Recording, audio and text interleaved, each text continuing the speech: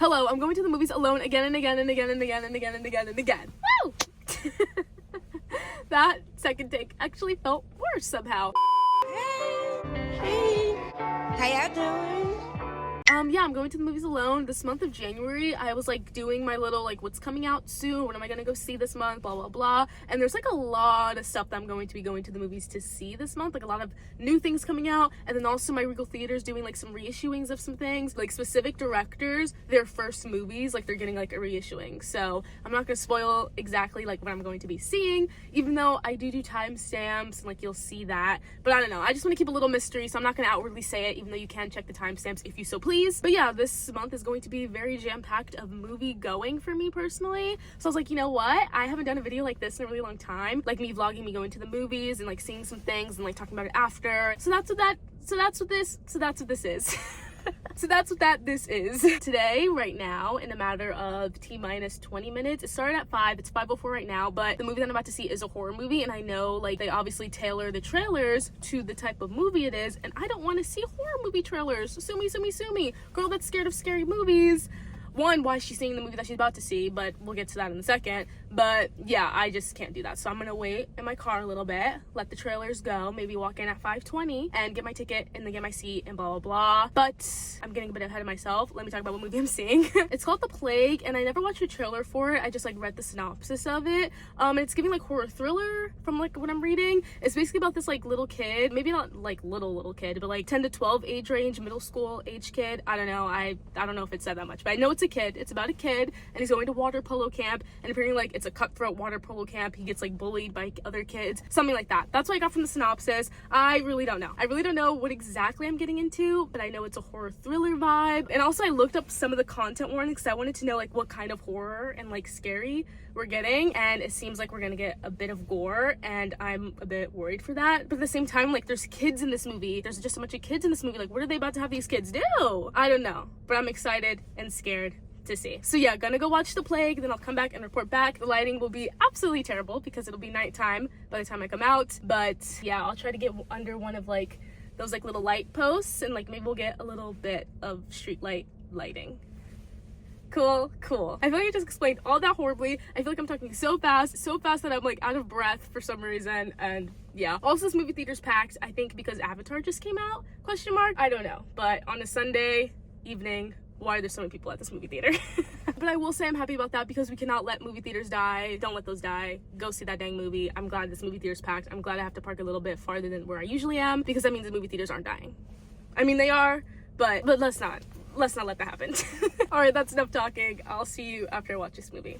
Bye-bye for now. Hello, I just got out of watching the movie, and surprisingly enough, the lighting isn't absolutely terrible. There's like all these street lights, or whatever you want to call them. The lights out here, they're really bright, and I swear they just did this, or maybe it's just been a really long time since I've come to the movies and ended up like at nighttime, because I swear it used to not be this bright in this parking lot. But I'm not complaining. That's hashtag more safe, one may say. I don't know, but it's good for this lighting of me talking right now too, so that's awesome. Should I also add this? Yes, there we go. This is perfect, one may say. Also, I'm scared if people like see me, but whatever.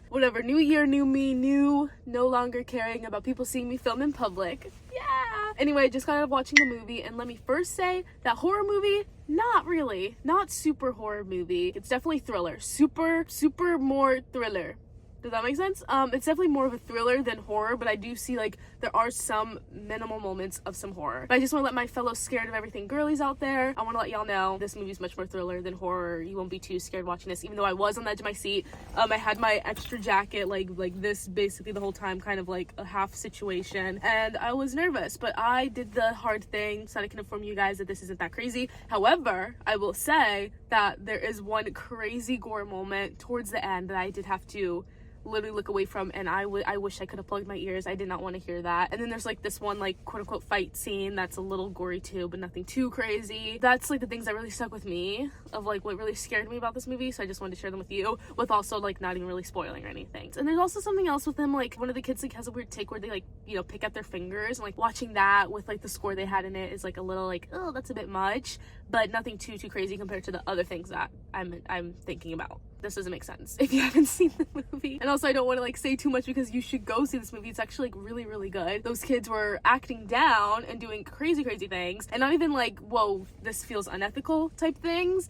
even though there's like one scene that I'm like, this is a little bit too far. Or maybe two scenes I'm like, this feels a little bit too far. I hope this was ethically, like, I hope they did this in a way that's like not really weird. But aside from that, those kids were acting down, and most of the things they did were ethical. They just were cursing like freaking sailors out there. Lots of cursing, a bit of misogyny, if you will, but like, what else would you expect from middle school age boys?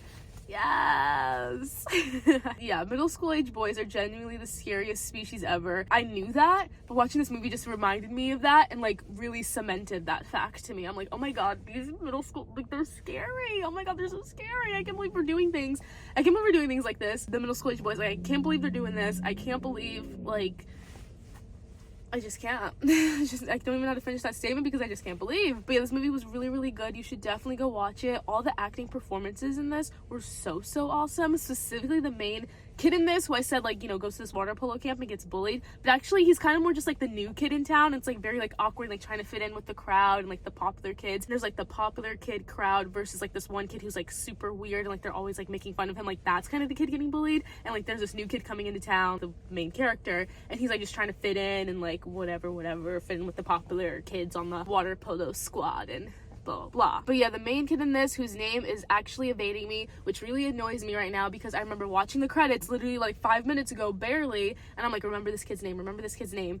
I think it was Evan.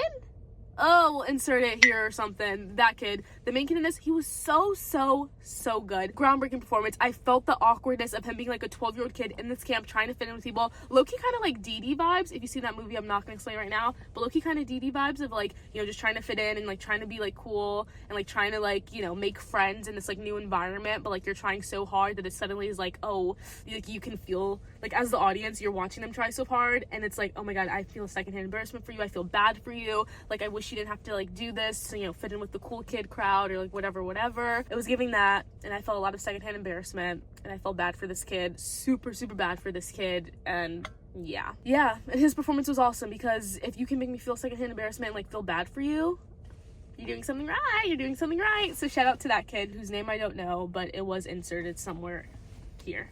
Cool.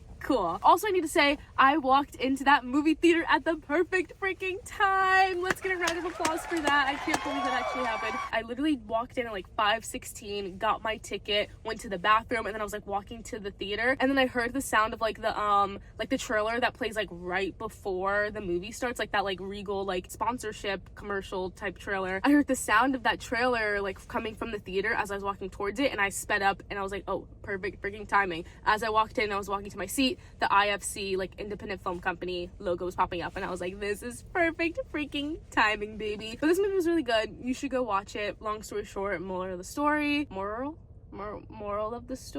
and yeah, I might be seeing something tomorrow, but also I don't know because it's at 7:40 and I don't know if I want to like go to a movie that late. Sorry, which might sound crazy to say, but like I'm the type of girl, I like to get my movies out in the daytime, like 12 p.m. showings, my bread and butter, 2 p.m. showings, my bread and butter. Like I like going into the movie and then coming out and like I still have like somewhat of a day ahead of me. You know what I mean? So I might go see this movie tomorrow because the only time it's playing is at 7:40 p.m. Like there's no other showings. So I might do that. We'll see if I go see it. We might not see it. Who knows? But you'll know. You'll know by the time this comes out. I'm going crazy. I'm going insane already. I don't know what's happening. Anyway, I'll see you whatever happens next. Bye-bye for now. I'll see you whatever happens next. Bye-bye for now. Doing like 2 thumbs up is like my new like thing. Hey. Okay, I'm talking too much. Sorry. Bye. Actually. Hello, I was supposed to see an entirely different movie a couple days ago, but instead I just got out of watching Anaconda. Yeah. So let's just talk about her, shall we, kids? It was fun, and as I've said many a times before, if you've seen another type of video of me like talking about movies or whatever, like I love a silly fun movie. We need to bring back silly fun movies, and this movie was kind of like the epitome of silly fun movies. I liked it. I'm like convincing myself, I'm like, did I like it? Yes, I can say I liked it. Silly fun movie, not to be taken serious, not groundbreaking by any means, but that's not what it was trying to do. I think it was trying to have fun, and I personally had fun with it. Jack Black, I was gonna say Jack Rudd, that's their ship name, whatever. Jack Black and Paul Rudd, random unexpected duo that I didn't expect to love as much as I did. They were awesome in this, but at the same time, the whole like cast, like little ensemble cast that they have in this movie is like kind of awesome. Jack Black, Paul Rudd, like I already said, but then we have Greg Heffley's dad, whose name I can't remember, and then the other lady, I think it was, oh, I don't know how to say her name, but we're inserted pictures here anyway, so it doesn't matter that I can't say her name. But yeah, her too, all four of these guys, like this little ensemble cast that we had, I actually really liked it a lot. I don't know why I'm saying actually. I don't know why. I don't even know why I saw this movie. I meant to see it last year. It like came out during Christmas, but then that entire week it was like too busy for me, so then I couldn't. And then after that I was like, you know what, I'm probably just like never gonna see it. And then today I was like, you know what, frick it, let's see it. And I saw it, and here's me talking about it.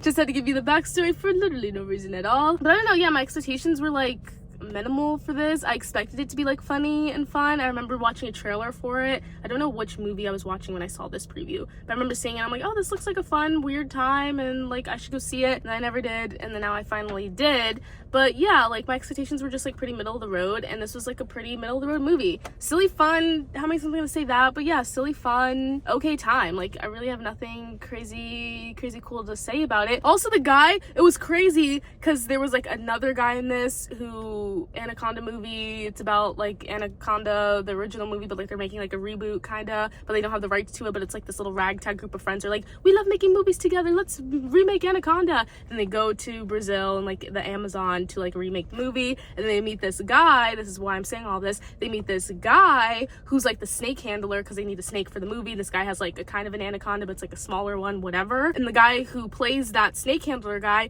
is the same guy that was the husband in I'm Still Here, which is a whole other movie, Oscar nominated whole other movie that I can't explain, but just know that was crazy to see that guy in this movie, because if you know I'm Still Here, and even if you don't know it, it's a very dramatic drama movie, and this movie Anaconda is a very much opposite of that, comedy, silly, goofy, stupid, weird, hilarious type of vibe. So to see him go from that to this was actually kind of jarring, but maybe like in a cool way. Honestly, like no, that like, what do they call it, like that arc, that shift, that transition, what's the word, like him going from that to this is like actually really funny to me and actually kind of awesome, and one might say even beautiful. But yeah, seeing him I was like, I know you, and then his name came up in the credits and I was like, I need to look you up, and I was like, oh my gosh, he is the husband from I'm Still Here. And seeing that he did that and then did this, I'm like, wow, that just kind of like blew my mind. And I do mean that in like in a nice way, not in a mean way. I think it's just really funny. Hashtag not typecasted, hashtag not one trick wonder, hashtag chameleon. Because he's actually really funny in this. He's really funny in this, and I like that a lot. So yeah, that's pretty much all I need to say about Anaconda. But the last final thing I need to say is that this movie just made me like love friends that make movies, if that makes sense. And I've said this before in other things as well, like I love this this is like hard to explain. I personally love when friends make movies together, and like you can tell they had a fun time on set, you can tell they had a fun time making the movie, you can tell blah blah blah. I love movies like that, and I love when you can feel that in the movie. And this movie, the plot of this movie is friends coming together to make a movie, and I really love that part of it. That's what I'm trying to say. That's what I'm trying to say in a very long-winded, going in a bunch of different directions, but at the end of the day we are full circling the circle way. That's the point I'm trying to make. And none of it makes sense probably, but what else is new for me? But yeah, I love that part of the movie, and it makes me want to make things with my friends because it's just so sweet. Making things is just so fun. Go make movies with your friends, go make anything with your friends, just go make things, go outside and create stuff and do it with people you love. It's just so sweet. Or even if like you don't even have to do it with friends, just do it because you love it personally. Like do what you're passionate about and have an awesome time doing it. And if that means doing it with friends, and if that means doing it alone, do you and have a good time doing it. That's all I have to say. What am I seeing next? Beats me, probably something next week. I have everything written down, but it all blends together because like I said, there's a lot this month that I'm gonna see, so I don't know dates and I don't know what, and I'm forgetting right now. But once I go home and check my little notebook and my notes, we'll see what I have up on the schedule. But yeah, I'll personally see you when that happens and when I get out of watching whatever that movie is. Bye bye for now. Hello, I just got out of watching Brick, and honestly I don't have too much to say about it, so this is going to be quite short and sweet. But before I get into that though, I do just want to briefly explain Brick, the, what is it called, directorial debut, feature film debut by Rian Johnson. He also wrote and, what's the other word? wrote and edited. He also wrote and edited this movie along with directing it. This is his first movie. Like I said probably at the beginning of this video, there's like a whole thing going on this month of January at Regals where they're like showing certain directors' first movies. So they decided to show Rian Johnson's first movie, Brick, starring Joseph Gordon-Levitt. And I was gonna say I'm a big Rian Johnson fan. That's technically not true. I just really love Knives Out. It's literally my favorite movie of all time. Only the first one. I actually never seen the other two. Maybe one day I'll get around to it, but I don't know. I just hold the first one in like such a high regard that the thought of like watching a sequel and then watching another sequel, even though they're not like directly related, but you know what I mean, like still it's a sequel. The thought of watching a sequel to that movie that I love so much just feels like wrong. And I'm like, no, I don't need that. I love Knives Out. I'm gonna pretend that it started and ended with that, but maybe one day, because I heard they're good though. I have heard they're good, like the sequels, so like maybe one day I will get around to watching it, but it's not my toppest priorities because I just love Knives Out so much, so much. So yeah, I was interested to watch his directorial debut, and I'm glad my Regal's showing it, because honestly it's been on my list for a hot little minute, and I forgot that I put it like on my TBR type watch list, because also Looper's on there, which I'm pretty sure he also did, and that's also starring Joseph Gordon-Levitt. But yeah, Brick's been on there for a hot little minute, and I found out my Regal was showing it, and I was like, well, I simply must finally watch this movie. Let's check it off the watch list, kids, right? Right. So basically it's kind of like a Knives Out-y in a way of it's like a mystery. I think it said it was like a noir type mystery drama movie. But basically it's just like a mystery movie. This guy's ex-girlfriend, the guy being Joseph Gordon-Levitt, his ex-girlfriend like calls him up and like she needs like help with something, and it's like a whole thing of like him trying to protect her and help her through this like whole like drug ring, but then also like the high school cliques, and it's like a whole blah blah blah. I probably butchered that, but I don't want to say too much because if I do say more I think I'm gonna accidentally spoil it, so I'm just gonna leave it at that. I generally liked it. It did feel a bit long, but then the ending happened. I was like, ooh, that ending was really good, so that kind of like shifted things on its head for me. But throughout most of this movie I was like, okay, wait, this is a bit much. Like, what are we doing? I was confused, but like I guess that makes sense for a mystery. Like, you're not gonna fully get it until the end, but still it's like I want to be like intrigued throughout most of it, and I feel like throughout most of this I wasn't that much intrigued. And it's not because of like the direction was awesome, like some of the camera work and like shots were awesome, the score was also awesome, which I learned the same person that did the score on this is also the same person that did the score on Knives Out. And also I think they're brothers or something, because the person that did the score is Nathan Johnson. So now I'm just like now it's just clicking in my head. I'm like, wait, are they brothers or something? Because like Rian Johnson, Nathan Johnson, like there's got to be some sort of relation there, right? I don't know. But yeah, like the direction was awesome, camera work was awesome, acting was really good from pretty much everyone, specifically Joseph Gordon-Levitt, of course, but like everybody else was like pretty good in their roles too. Like the side kind of characters that we had going on was really good too. But I think it was just like the story, I just wasn't super duper into the story, if I'm being honest. And not saying like the writing was bad, I think just for me personally, like some of this stuff just went way over my head. Honestly, I wish I could have saw this movie with subtitles, because sometimes they were speaking so fast and like, what words are we saying? We're saying like, what's the word, like slang terms for like drug stuff, and I'm like, I don't know what I have no idea what we're doing. I wish I had subtitles, because what is going on? And there wasn't even just like slang for drug stuff, it was like slang, just like general like 2005 California slang, because this took place in California. The movie was from 2005, so just like some stuff like that, like a lot of like quick talking, and I'm like, what are we saying? What does this mean? Since it's a mystery, it's like a lot of things like connecting the dots as we go, but like I said, some things were going over my head, so I was like, wait, what? I was a bit confused, and I wasn't too into the story. Generally it was an interesting idea. I don't even want to say the execution was bad, I just want to say like for me and like what I like personally, it just wasn't my vibe. But I get why people would like this movie. I get why it's probably like beloved amongst the Rian Johnson community. Like it's definitely a solid first movie. Like it's definitely a solid directorial debut, solid feature film debut. Like it's good in that sense. I just like didn't love her, but at the same time, like I said, the ending kind of flipped things on its head for me, and I really liked the ending. But just a lot of stuff in the middle and us like building to like that full circle moment of like, oh, this is how everything connects, was a bit, I guess I have to say a bit boring for me. But yeah, I think that's pretty much all I need to say about Brick. I do want to reiterate one more time though that this was a very solid feature film debut. I don't want to crap on it like at all really, because like I said, like the direction was awesome, the score was great, acting performance is really good, etc, like that was all good. I think just me personally, like this is just not my type of vibe of a story, or like the way we did it. It's just not my vibe, but I get why people would love it. That's all I need to say about Brick. I'll see you when I watch something else, which will actually be tomorrow. And spoiler alert, you know, I'm just gonna say it now because I'm so excited to see this movie. I'm seeing No Other Choice. I'm seeing No Other Choice tomorrow, coming back to my local Regal, literally this Regal. Oh my gosh, can you see? Oh no, you can't. I was like, oh my god, am I like doxing myself because you can see what Regal I'm at, but I don't think you can tell. I don't think you can read anything. Like, we'll make sure. I'll make sure that you can't read anything because that's crazy. But yeah, I'm seeing No Other Choice tomorrow and I'm so excited to see that. I was like randomly Googling it last night because for the past couple of weeks, it has not been on the radar of like the Regals that I go to. I was just like patiently waiting for like, when is it going to drop at my Regal, or when is it going to drop at this like independent theater that I go to that's close by me, and like sometimes drops like random like indie type films and like shows them and whatever. And then I randomly saw that it's coming to my Regal literally today, but I had to see Brick today because it's only like a 1-day showing for Brick. So I was like, okay, I'll see Brick today and we're going to see No Other Choice tomorrow. So I'll see you when I see No Other Choice tomorrow, which I'm so excited to see. I'm so excited to see my anticipated movie kind of last year, because I remember hearing rumblings about it like last year, like December-ish, but also kind of like my anticipated of this year because we're already in 2026 now. So yeah, anyway though, I'm excited to see this movie and I'll see you when I watch it tomorrow and we'll talk about it. Thank you, bye-bye now. Hello, the sun is shining right in my eyes right now, but I decided I'm going to commit to the brightness because there's no other way this will work right now. So we're just gonna commit to the sun shining right in my face, but it's fine because we love #good lighting, right? Right, sure, let's pretend. Anyway though, I just got out of watching No Other Choice, and before I get into my thoughts about it, because I do have many things to say about it, let me first like quickly explain what the movie is about, just in case you never heard of it. So basically the short like gist of it, and also just like what I knew before I went into it, was that this guy, he's unemployed and he's like trying to get a new job, and he decides like the only way like I can get this job that I really really want is if I eliminate the competition. By that I mean kill the competition.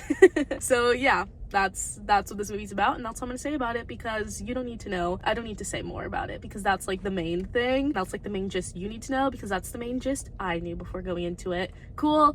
Now let's get into my thoughts on it. This movie was so fun and I had such an awesome time watching it, and I do want to like emphasize that a lot, because the experience that I had like watching this movie should have made the movie feel bad too, but the movie was just so good that it made like the context and the environment that I was in, which was bad, feel good, if that makes sense. So essentially I got to the movie theater, got my ticket, walked into the theater. The movie had already like started. I think I like missed the first minute or something of it. Walked into the theater, went to my seat. Oops, somebody was sitting in my seat and the movie had already started at that point. So I was like, okay, you know what? Like, I'm not even gonna say anything. I'm like, I don't want to like mess up this. I don't know. It felt weird. It felt weird. Like if the previews were still going on, I would have been like, hey, like you're in my seat. Like here's my ticket. Like that I literally just bought the ticket at the theater and somehow someone's in my seat.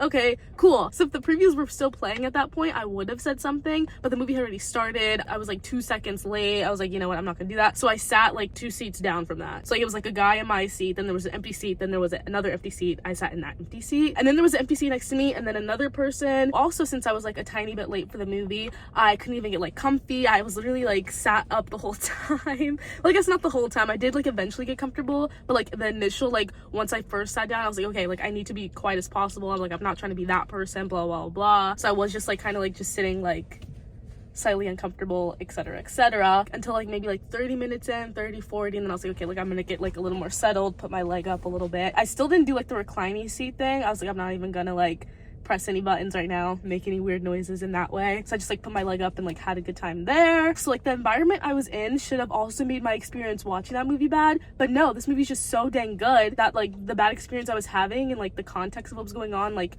outside of me watching the movie just was like perfectly fine. I don't think that makes sense. I don't think that makes sense, so I don't feel like explaining more, so I'm just going to pretend that it makes sense. Thank you very much. Yeah, this movie was freaking awesome. Directing, awesome. Cinematography, awesome. If this is not nominated for cinematography at the Oscars, I will like have to slap someone. I'll have to slap the Academy, because are you freaking crazy? Some of the shots, most of the shots, a bunch of the shots in this were so freaking good. I was like, oh my god, I'm like gobsmacked. And I love when that happens in a movie, like when I'm really gobsmacked by the cinematography, like the way certain shots are set up, the way it's edited too. Like the editing in this was really awesome, and like some like the effects they were doing and stuff. I'm like, this is so goated. This movie's so goated. And I don't think I've ever used the word goated before, but it feels right in this context. But it feels right now to say that, so I'm gonna say it even though I've never said that before. Yeah, this movie's goated. This movie's awesome, and I loved it so freaking much. But yeah, that's pretty much all I really need to say about this movie. I can't wait to see what this gets nominated for, because it better get nominated for something. Better get nominated for Best Picture, cinematography, like I said, even editing, because honestly, like thinking of other movies that like thinking of other movies that I've seen so far that like might get nominated. I'm like, was your editing even that like crazy, funny, awesome, cool? Not really. The editing in this movie, so crazy, freaky, awesome, super cool. I love it so much. So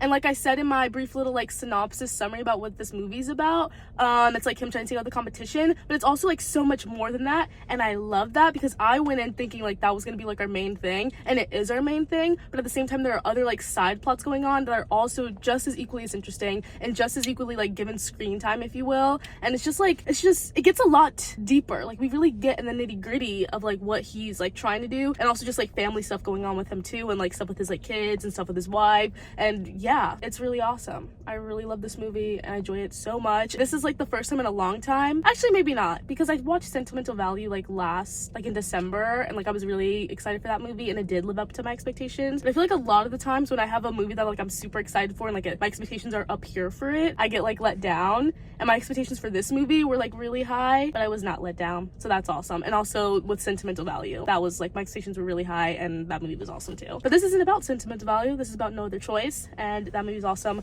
Go friggin' see it if you can. Oh, also the music in this was really good. The music was so good along with the score, but specifically like some of the songs they decided to use, like I was shazamming a lot. I was like, oh, what's this song? It sounds so good. And yeah, so shout out to the music, what's the word? Music supervisor. Shout out to the music supervisor, I think that might be right. And then also shout out to the person that did the score. You did what you had to do there. So good. Why did I do that? So random. And yeah, I think that's all I truly need to say about this movie. Editing me will insert some things that I'm forgetting right now if I think of something as I'm editing this that I want to say quickly about this movie.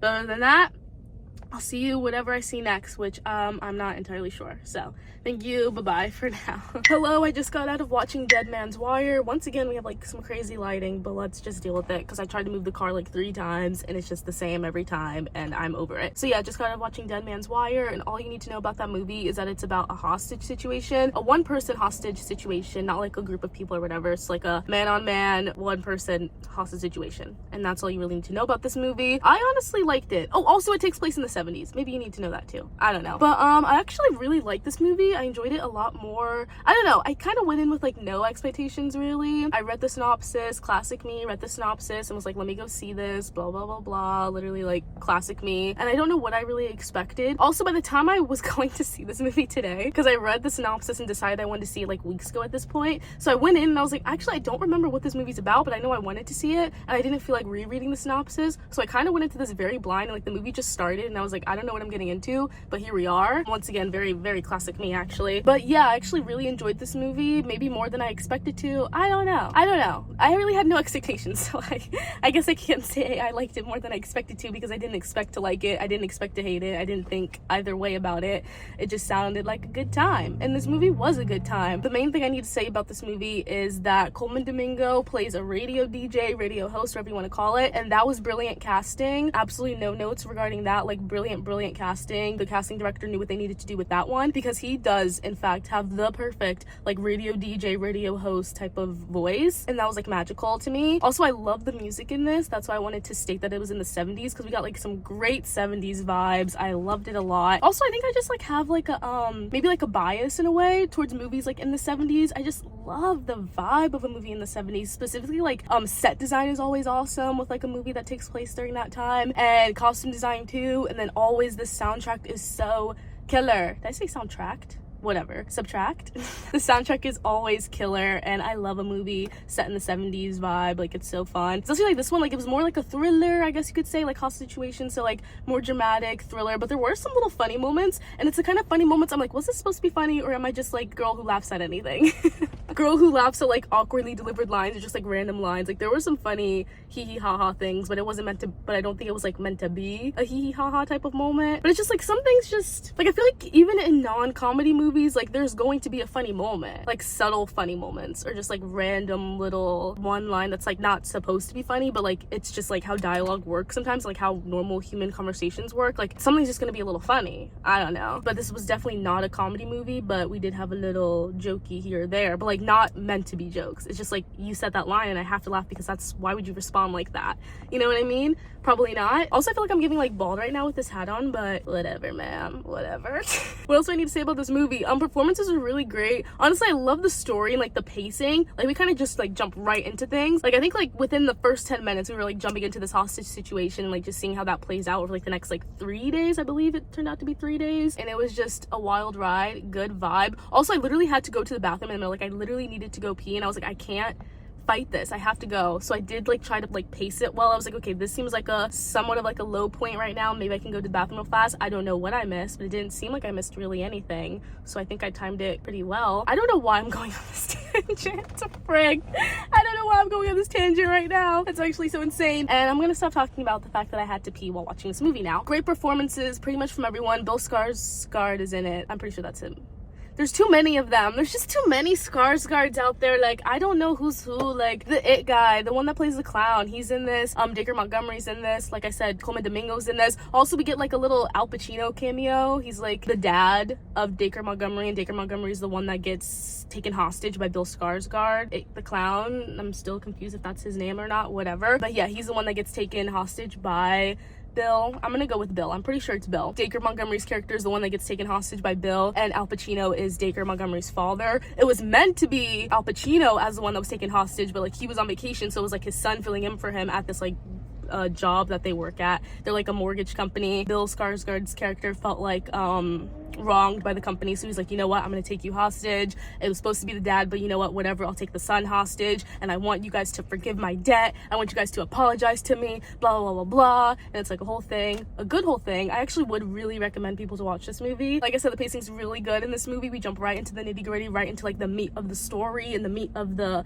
movie, the drama of it all, and that's really good to me. And yeah, I enjoyed this movie, and I think you watching this would enjoy it as well. Also, it was a very crowded movie theater today, like actually, and I forgot that it's National Popcorn Day and it's literally a Monday.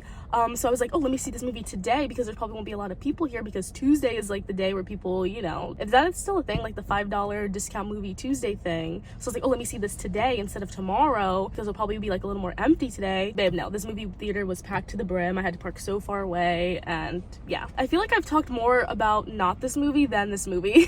But I do want to reiterate, like, I really like this movie and you should go see it because it was a good time. And yeah, I think that's all I need to say. Thank you, bye-bye now.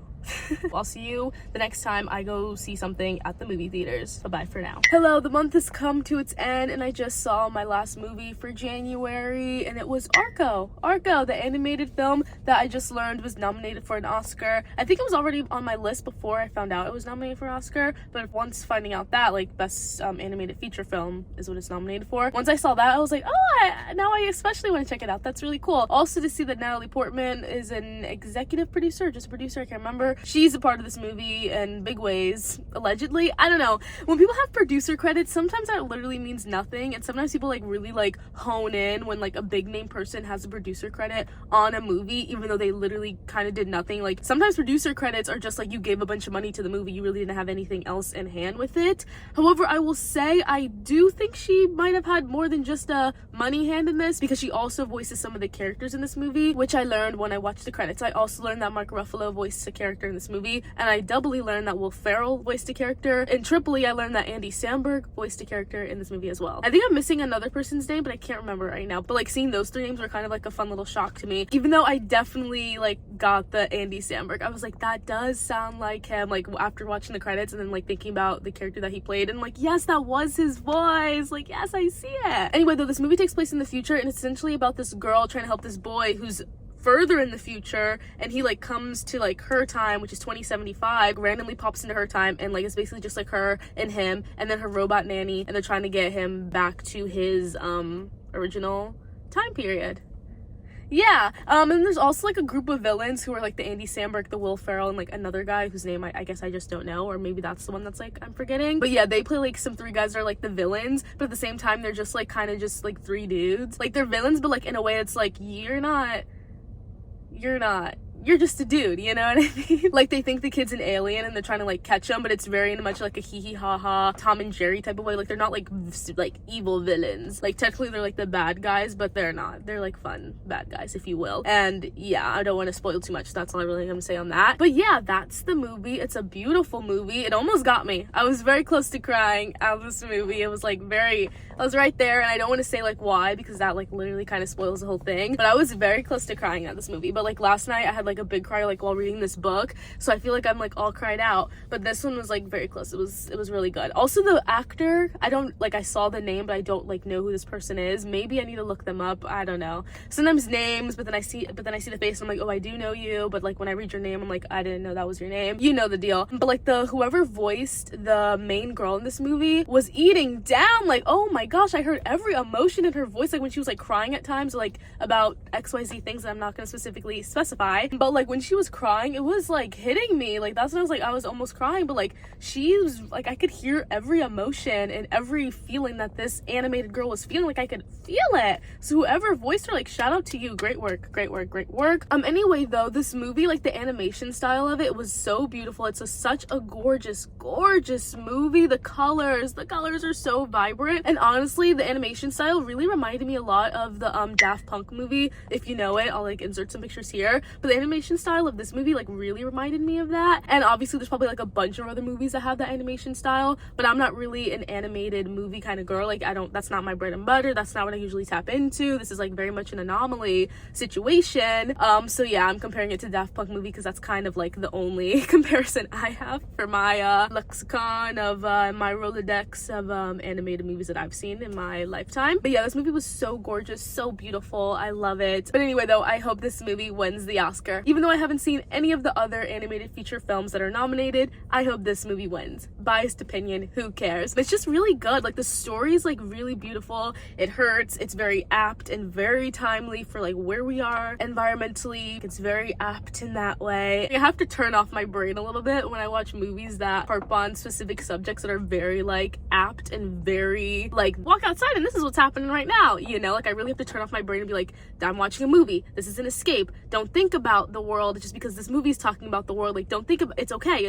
Like, I have to shut it off and like turn off that side of my brain. And that's another reason why I probably didn't cry, but I was close to crying for this movie. But I was just like, it's a movie. This isn't happening, but it is happening, but it's not happening at this scale. This is a movie. I hope that makes sense. If you haven't seen this movie, you probably don't get me, but you should go see this movie because it's really good and sweet. And it's a short one. It's like an hour 30, typical kids type animated movie length. It's really good, and it doesn't feel like kidsy or like made for kids. Like, you can go as an adult, see this movie and have a perfectly good time. And literally the only other people in the theater when I was watching this were 2 adults. There were no children in that theater. Also, because I don't think this was like really like what's the word, like, I saw no promo for this. I was just like scrolling on my Regal app and saw like the cover for it, and I was like, ooh, this looks like interesting. And then I read the synopsis and I was like, oh, this really does sound interesting. I'm gonna go see that. But I've seen no commercials for it, not even like ads anywhere for it. Like, when you're on like scrolling on social media or whatever, like, there's been zero marketing for this movie, so I guess it makes sense why like the theater was dead and